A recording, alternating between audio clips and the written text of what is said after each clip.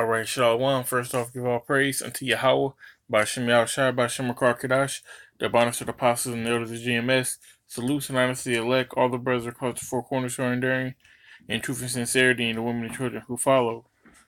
So this lesson I wanted to do, for the past few days, here in the Nebraska camp, we've been talking about listening to what brothers have to say. Especially someone of higher, more higher rank. A camp head, an elder, an apostle. You always want to take heed in what they say, because what does they say? The scriptures, it's like the scriptures say that they watch for your souls. So I just wanted to go over a couple precepts that I gathered. In the meantime, this is Ecclesiasticus chapter 8 verse 9. It says, "Miss not the discourse of the elders, or for they also learned of their fathers, and of them thou shalt learn understanding, and to give answer as need requireth." All right, so why shouldn't we miss the discourse of the elders? Okay, because they're the ones who brought us in. Okay, from Apostle Tahar on down, and especially the men in your own camp. Those are the men who you have physical contact with, so to speak. You physically met in person, and they brought you into the camp. Okay, because we all come from a place. We all come from somewhere, and we had the revelation of the truth, and we found the camp and we joined.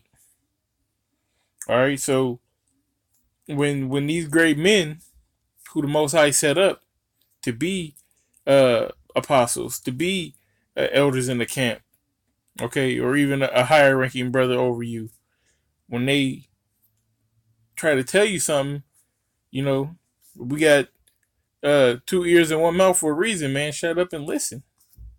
Okay? It says, "Of them thou shalt learn understanding, and to give answer as need requireth." Okay? It says as need requireth. You don't always require to answer everything, man. Sometimes you should just be quiet.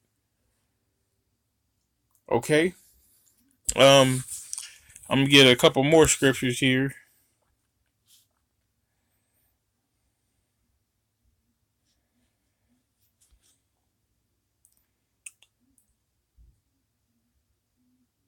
This whole chapter, Proverbs 3, is good. I really wanted to do a lesson on the whole thing, but if you have time, just go ahead and read Proverbs 3. There's a lot of understanding in it. But I'm going to just start at 3 and 5. It says, "Trust the Lord with all thine heart, and lead not into thine own understanding." Okay, because you can be wise in your own conceit, and we're going to get into that too. You could think that, you're doing everything right, or, your way is the right way. But, at the end of the day, for brothers from the outside looking in, they have a different perspective. Okay, and especially if they have a spiritual eye. Okay, if they got that spiritual eye, they can check you out and see, hey, look, brother, yeah, you doing this right, but you need to tighten up on that. You need to do this, you do that. And then what we do in our own mind, oh man, this man, he just hating me. Shut all that up, man. No, quit. Listen, okay? Listen to what he has to say, because he's probably making a good point. All right, and take heed to it, and correct yourself, man, and measure. It says, "In all thy ways acknowledge him, and he shall direct thy paths." Okay, why? Because he's one of those elders. He's one of those apostles that we were talking about before. Okay, but this is also talking about understanding and wisdom, because when you go back into the beginning of the chapter, you know what I'm saying? It says, "Be not wise in thy own eyes, fear the Lord and depart from evil." All right, so it's not about what you see or what how you interpreting everything all the time. Okay, a lot of times, well, all the time, you know what I'm saying, when you're being corrected, it's through Yahweh Bashem Yahushai. Okay, the Most High Himself is putting the spirit on that brother to say it, or he wouldn't have said it. Okay, because everything is done by the Lord's will. All right, let me see what's the next precept.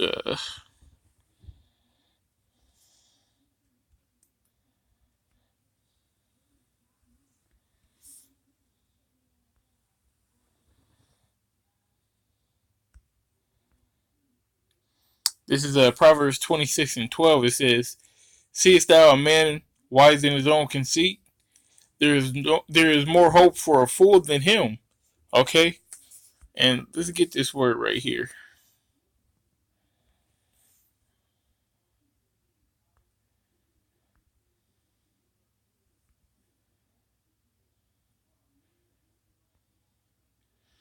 This is Ayan. It says it's like a Strong's H5869.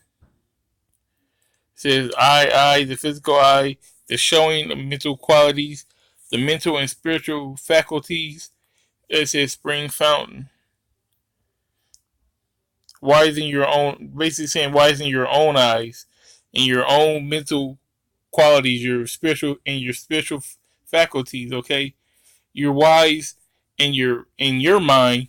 You know what I'm saying? Everybody's the biggest, baddest, buffest, whatever you want to be, you know what I'm saying, or whatever you want to say in their own mind. But what it say? It says that there's more hope for a fool than him. Okay, you drunk off your own sauce, man. Listen to what people have to say to you, man. Humility, be humble. Okay, take correction and measure. That's very important and it's true. Humility. All right, pride leads to destruction.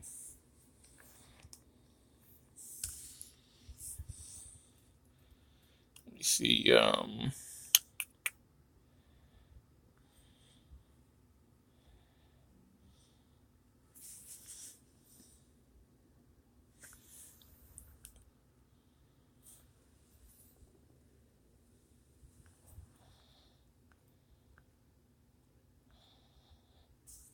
This is Isaiah chapter 5, verse 21. Woe unto them that are wise in their own eyes and prudent in their own sight. Okay, woe to them that are mighty to drink wine and men of strength to mingle strong drink. All right, really that I'm gonna start at 20. 20 and 21 is really what it should be.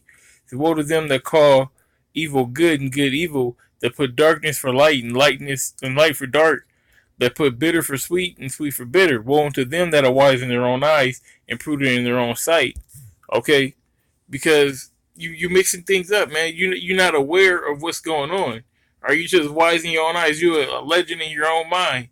What did that song? That song that they sung in the world? I'm a pimp in my own fucking mind. In your own mind. But it's not always about you. It's not always about me. It's not always about what we got going and how we need to get it done. It's not our program. All right, this is the Most High's program. So we need to be going by His will. And when we're not going by His will, He set up men in measure to correct us, to go on His will. So when we going off, we're going straight from the path. He corrects us and pushes us right back to where we need to be. All right, that's the responsibility attached to the apostles, attached to the camp heads. So they're not being an asshole, when they're coming down on you. Like I said, it's out of love because they watch for your soul. Okay, let's get I think we got maybe one or two more precepts. Let me see.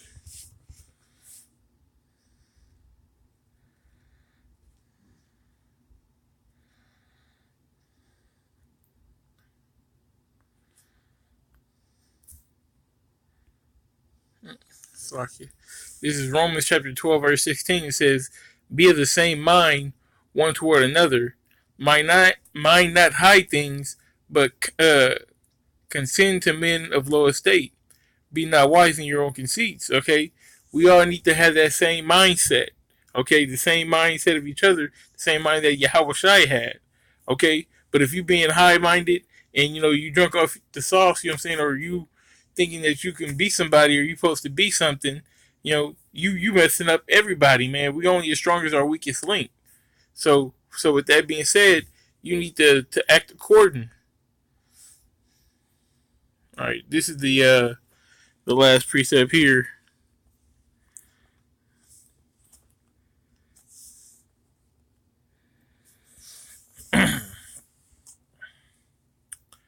First Corinthians chapter 8, verse 2, it says, if any man think that he knoweth anything, he knoweth nothing, yet as he ought to know. Okay? And that's important. It says, if you think that you know something, I'll read it one more time. I got it right here. It's like it. It says,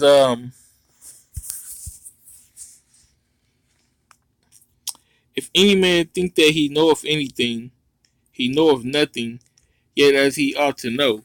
Okay? So if you think you know something, if you think that you got it all, that you don't need Yahweh Shemashah, you don't need the elders, you don't need the apostles, you don't need camp heads, you don't need nobody to tell you nothing, then go, man. Just go. Go be a one man camp.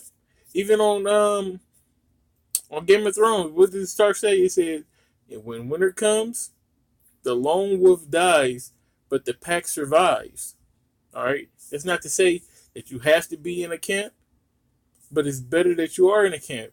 All right?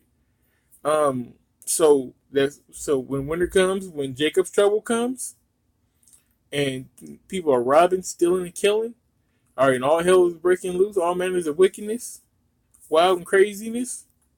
Okay, that man who didn't need nobody is gonna be by himself because he didn't respect the order of Yahweh Shem Yahushai. Okay, so what's gonna happen to him? That lone wolf is gonna die, and the pack is gonna survive because the Lord's elect is gonna get saved. Okay, there will be salvation for the Lord's elect. All right, so in order to stay within that realm of the election, okay, part of that is accepting order and accepting the orders that come down the line, man, from the apostles, from the elders, from Apostle Dahar on down, man. So with that being said, I want to give all praise to call law and to Yahweh, by Shem Yahshai, by Shem Karkadash, double honors to the apostles and the elders of GMS, salutes and honors to the elect, all the brothers across the four corners who are enduring, in truth and sincerity, and the women and children who follow. Shalom.